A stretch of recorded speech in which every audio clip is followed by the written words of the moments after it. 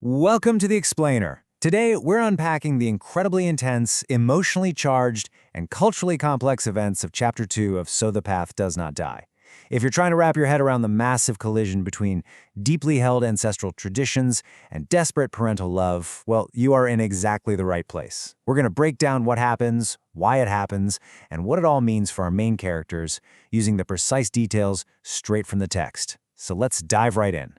Right out of the gate, the chapter drops us into a chaotic, total sensory nightmare. The text literally reads, firelight darkness, sorrowful chanting, violent thrashing, death of an age. It doesn't gently hold our hand and introduce us to the scene. It just throws us into this barrage of sights, sounds, and visceral pain. It immediately establishes massive stakes. Something monumental and utterly terrifying is happening in the forest, and it centers completely around our young protagonist, Finaba. Then, boom, the scene just completely shifts. We find young Finaba in a cold, bare chieftain health clinic. She's lying on a metal table in absolute agony from what the nurse dismissively brushes off as a small cut. But honestly, even more profound than her physical pain is her emotional trauma. She has just been physically ripped away from her friends and her initiation ceremony by her father, Amadou.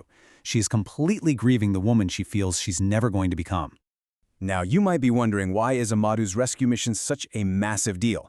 To understand that, we have to talk about the Fafé. This isn't just a physical spot in the woods, it is a strictly segregated, deeply sacred space used for female initiation.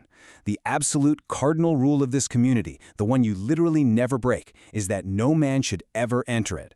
By forcefully crossing that boundary to grab his daughter, Amadou didn't just break a rule, he committed a grave cultural taboo and completely desecrated a sacred space.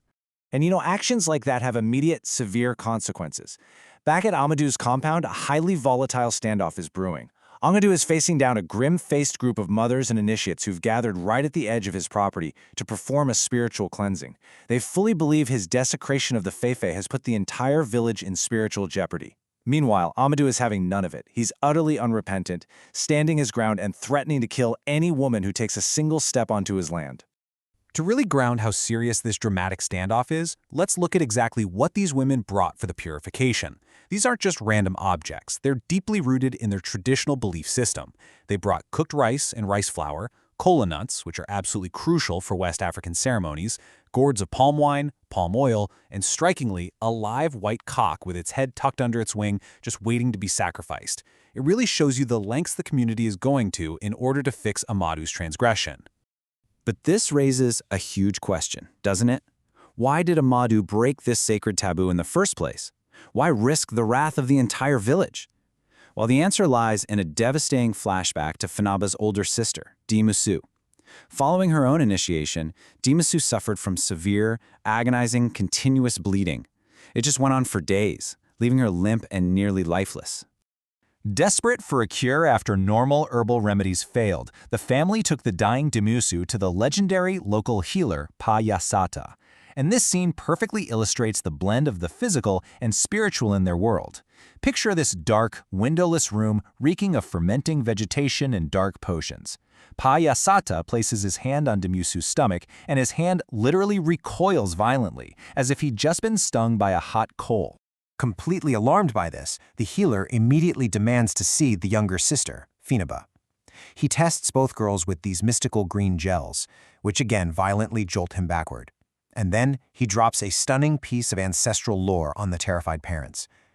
He proclaims that both children are something entirely different. They're Dinkilani, which of course begs the question, what on earth are the Dinkilani? Well, Pawayata lays out the specific rules for these special children. Dinkilani always come in pairs, born exactly 15 moons apart. Their purpose on Earth is mysterious, but supposedly they're here to teach the community through the example of their lives. And, most tragically for the parents, their destiny is completely fixed. The healer states outright that no sacrifices can keep them on Earth once their work is done. They leave forever and return to the ancestors, which usually means dying very young. Now here's the crucial point.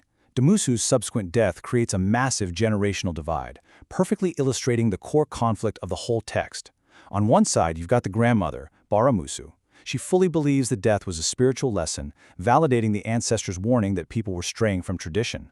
On the other side, the parents, Amadou and Nabu, completely reject that. They look at the physical reality. They believe the initiation itself was physically harmful and directly caused their daughter's death. And that, right there, is exactly why Amadou marched into the forest to save Finaba. Okay, snapping back to the present tense standoff at the compound. The situation is starting to fracture. The women outside begin praying to the Almighty Father and Infinite Mother, asking for forgiveness for Amadou's foolishness in breaking the customs. But because Amadou is remaining totally unrepentant and fiercely protected behind his doors, those mournful prayers start to drastically escalate. The protective prayer rapidly devolves into a terrifying, visceral curse. They actually ask the divine to ensure that if Amadou's family doesn't listen, may they never find peace. May they never know the comfort of home. May their insides wither. Hearing your own society invoke divine wrath and wish physical harm upon your family, simply for protecting your remaining child, pushes Finaba's mother, Nabu, right past her breaking point.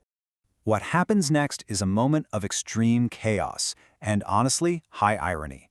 Suddenly, the chanting women outside start screaming bloody murder.